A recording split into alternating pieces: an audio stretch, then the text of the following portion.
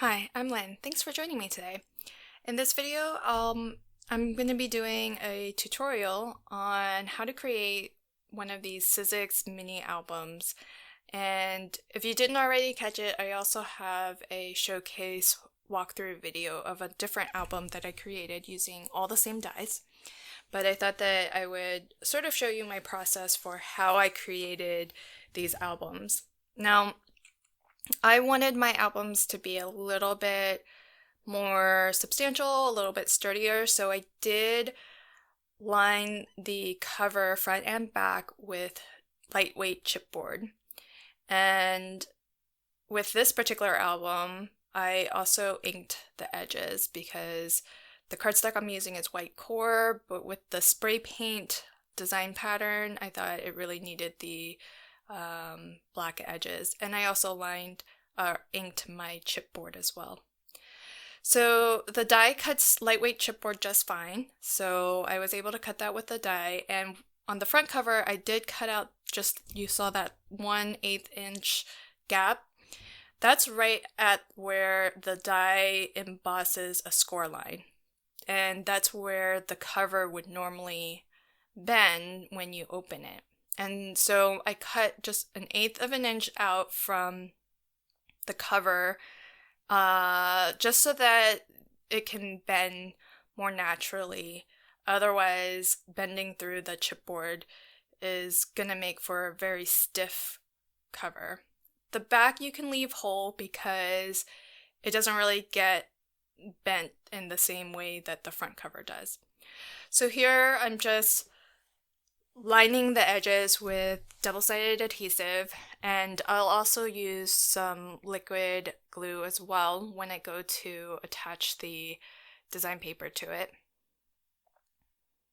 And I did decide to cover the chipboard with the design paper as opposed to with a solid cardstock.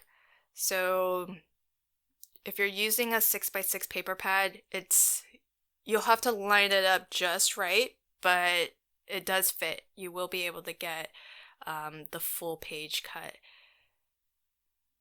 The finished album ends up being 4x6, so the 6x6 paper pad works out just fine.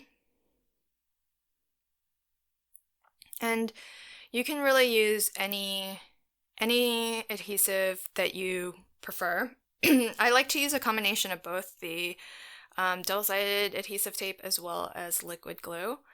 And here I just scored right along the line that was embossed by the die so that I can start training that cover piece to fold.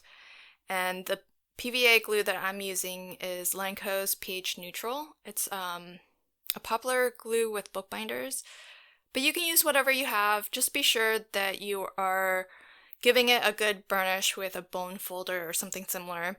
That way, if it's liquid glue, you're spreading that out nice and evenly, and you're working out any potential air bubbles that could get trapped under the paper. And if air does get trapped under the paper, it could dry out your adhesive and then cause a bubble later.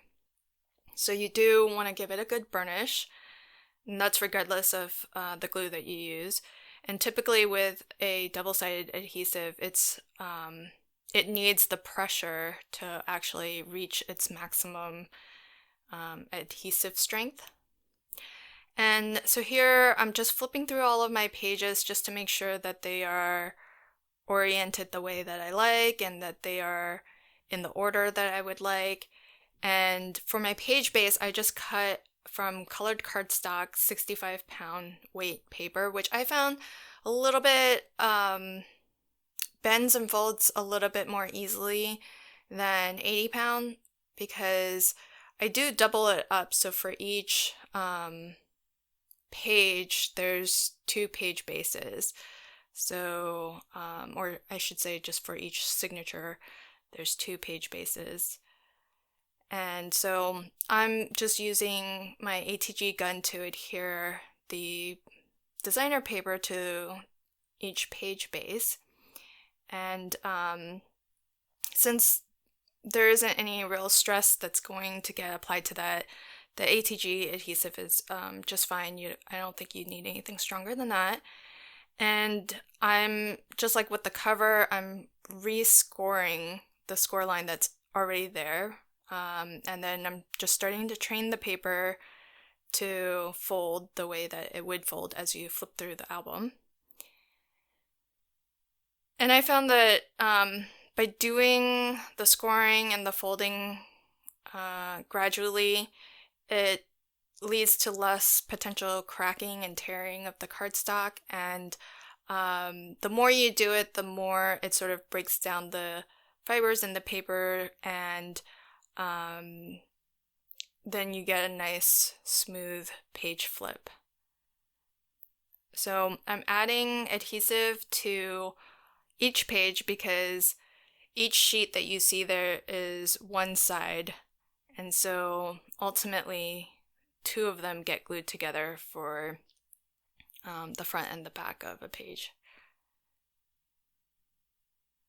And again, I like using the combination of double-sided adhesive and the liquid adhesive because the adhesive tape I can put right to the edge, which I like getting that full coverage, but the liquid glue gives you a little bit of wiggle time, so you don't have to be so perfect when you fit two pieces together. It also adds strength to the page because it does get absorbed into the paper, and so it'll stiffen it up a little bit. Now here what I'm doing is completely optional, but I like to add foam spacers in between each of my pages, and that gives a little bit of room for the embellishments that are going to go on top of the page, and as well the photos that my nieces will be adding. And so what I'm trying to achieve here is to just get an estimate for how wide my spine is going to be. And what you see there is just a little, another spine piece that I did die cut, and I made it extra large just so that it would be an easier template for me to work from. And I gathered up all of my pages, all of my temporary little foam spacers, and each piece of foam there is about 1.5 millimeters, so it's not very thick, but it's just large enough because this album is pretty simple. It doesn't have any flips and flaps or pockets or anything like that, but I still do put some embellishments on the top. So I wanted to make sure that there was room for that, and that way the pages don't sort of get pinched at the spine and then flare out at the ends. So here's how I customize the spine, because the die that comes in the mini album set will cut a spine that is only about 1/4 of an inch wide. And my album is chunky. Not only are there a lot of pages, but there are also all of the foam spacers. So what I did was I just used this template of another spine piece that I cut out, and I line it up on the cardstock that will be my spine, and I just traced out the corner and made a little tick mark where the die naturally embosses a score line. And then I measured from that tick mark the width of the mini album that I just measured. And lining up the die to that other score, or the template to the score line, I then traced out the right edge. And now when I go to die cut this, I'm just going to do some partial die cutting. So I'll cut the left edge first, and then I'll cut the right edge. Now to do this more easily, I actually I took out my magnetic plate, and I ended up having to shim my sandwich a little bit, because what I like to use when I'm doing partial die cuts is I use the Sizzix Sidekick cutting plate. I don't even have a Sidekick, but I do own the cutting plate for occasions just like this, where I'm doing a partial die cut. And so there you see my shim, and I'm actually going to have to adjust that later too. But I line my die up with my marking, and there's my little plate. Now if you line that plate up just to the edge of those 3 slots that you see in the middle, that will cut out the edge and emboss the score line. So I'll run that through, and it's convenient to have just that little plate because you can really fit it on and angle your die where you need just to cover the section that you want to cut. That would be harder to achieve if I was going to be using the full-size Cuttlebug plates. So here I'm looking for another piece of chipboard so that I can shim it a little bit more, because I used 110-pound cover weight cardstock for the spine. So it mostly cut through, just didn't completely cut through. But you'll see how to line that up again. And there, that cut right through. It cuts out the 2 holes, and it's important that being able to use the dice so that you can get all the holes in the right positions as well.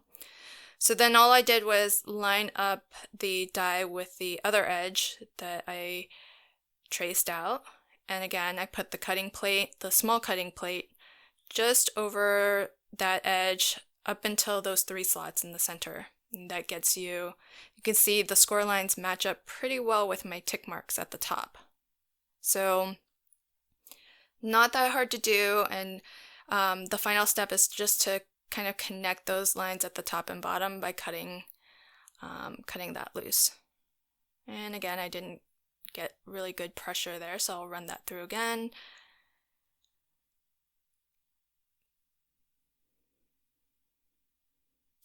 With normal weight cardstock, it cuts really easily, but this was slightly thicker, and I didn't have the shim just right. So you'll probably have to figure out the sandwich that you need to use, but now you know how to customize your spine, so you can create a book with as many pages as you like, as chunky as you like. And even though the die does emboss those score lines, I like to just score it again myself. It gives it a little bit of a deeper score, and then use my bone folder to again start training it. Now, I like to do a little bit of a dry fit before I move on, just in case if I need to cut a different piece, I can without doing too much more to the spine. And as you can see, it's a pretty good fit. And you kind of see how the spine right now is wider than the pages, but that's because the pages aren't decorated yet. And so that's what I mean by giving some room for you to add embellishments to the pages, so that as the pages have things attached to them, your album will get a little bit fatter and the spine will accommodate for that growth. And so I did add lightweight chipboard to the spine piece as well, and this is less about the structural integrity because the spine doesn't have like a hinge system or anything like that in there, but it was more to make the this piece consistent with the cover pieces, which were also lined in chipboard. And one thing to keep in mind when you cut this little spine, this little chipboard piece, is just to make sure that you're cutting your chipboard smaller than the spine itself, so that it doesn't interfere with either of the score lines on either side. That way the cardstock can still wrap around your front and back cover. And even though I don't think it would be visible, I still covered the chipboard with another piece of the same color cardstock as the spine. That way you get a nice finished look, and whether it's visible or not, just on the off chance it is visible, I wanted to make sure it was covered. And same goes with this piece. You just want to make sure that when you cut it, it fits nicely between the two score lines without covering the score lines. That way you can still fold those edges up and around the front and back covers. And I did ink up my chipboard, even though I don't think it would be visible anyways, but I just used liquid glue here. You can use whatever adhesive you like. Usually when I'm constructing a mini album, especially a hand-cut one, I'll use score tape and score tape and mixed or liquid glue as my adhesive of choice, especially for structural elements that will be interactive or have any stress on them. But for an album this size, you can really use any glue, and I think it will hold up over time just fine. You do want to make sure that if it is intended to be a photo album, that whatever glue you do choose, it's archival safe, so acid free and all of that good stuff. And so that's the basic book. To bind it, you just need some twine or ribbon. This part is optional. This is how I make my foam spacers, so I just use 3/8 inch tape and my utility knife to cut those down into strips. And all I do is I just attach those little foam strips to each page, between each page. And so there's only one spacer between, two pages. And when I adhere it, I put it closer to the outside edge.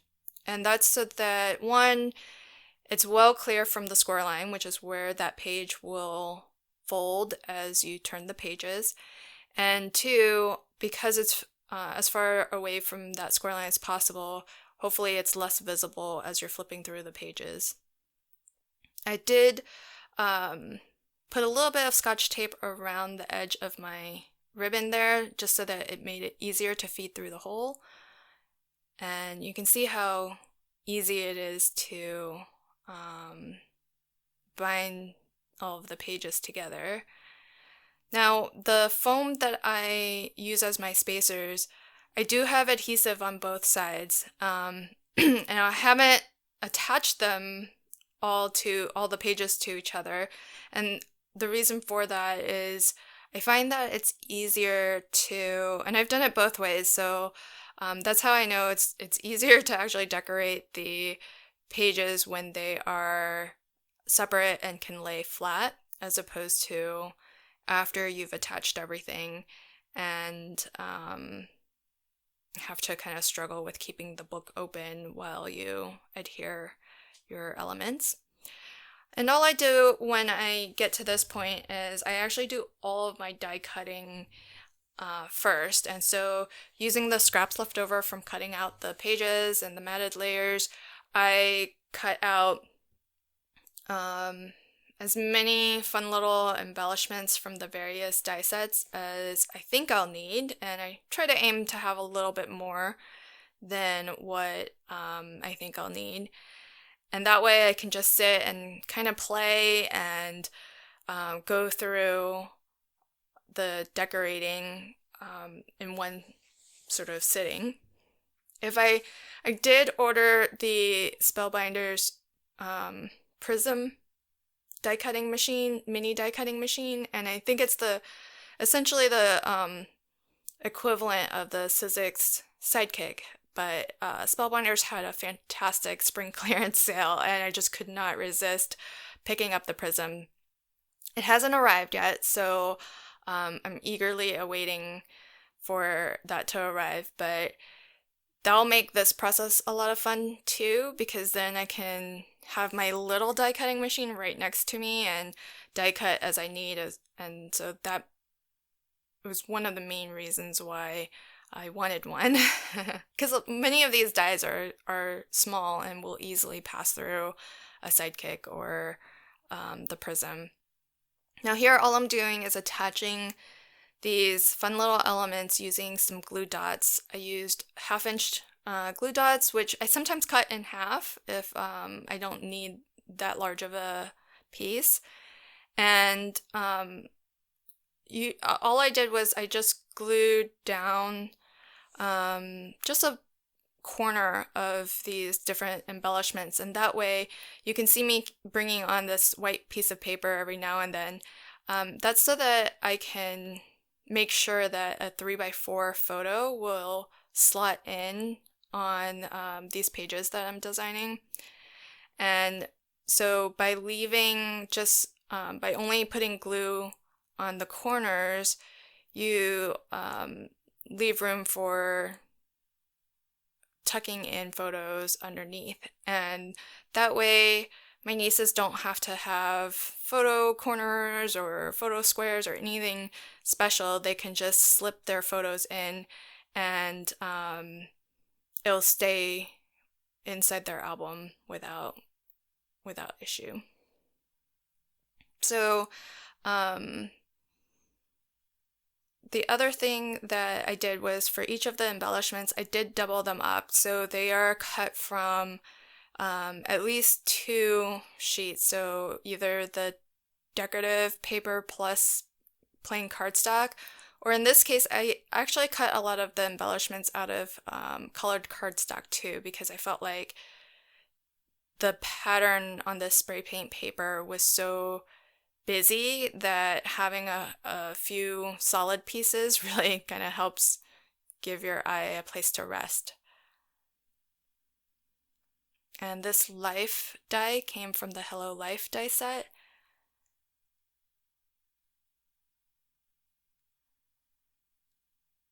And I did choose a different ribbon ultimately for this book. I found a darker blue, which I think works better.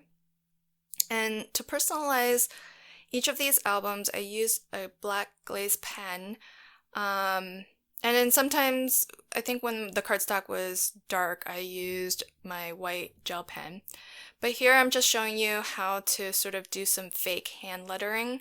So you can just write out your word or name normally, and then wherever there would be a downstroke, you can just add a little bit more thickness to that line. And so then you don't really need to know how to do calligraphy or anything like that. You can just fake it. I've been practicing my hand lettering, but it's not quite there yet. So I've just written out the word name just as an example so that you could see. And the glaze pen is really nice because it does have a little bit of a shine to it when it's even after it's dry. And similar to the embellishments inside the book, I also doubled up on this tag. And the tag was cut from the Journal Phrases die set. And you don't see me do it, but I also added, using that same die set, the age. Oh, actually it is in this. Okay, good. So you can see the age is on there, and I'm just gonna attach the tag to the ribbon before I tie the bow. And again, that would be my niece's name on the tag. But just for privacy reasons, I just have the word name. And you could put whatever you wanted. It could be, handmade for you, or, whatever little message that you want. I think it's just a cute finishing touch. And I did add some Nuvo drops to the cover. So you can see a couple in the upper left and bottom right. So if you caught my walkthrough, then you saw that second album, but I'll quickly sort of go through this final album a little bit more slowly just so that you can see how the pages turned out. And I really love these photo frames. They're super cute. They fit a 2x3 photo, and I just love that you have these strong positive words like smart, brave, strong, beautiful. I think the sentiments are really lovely. And just being me, I think that's fun. So that's it for this album. Thanks so much for joining me, and I hope that you'll stay tuned for more album walkthroughs and tutorials. If there's anything you're interested in seeing in particular, let me know. Happy crafting and have a fantastic day.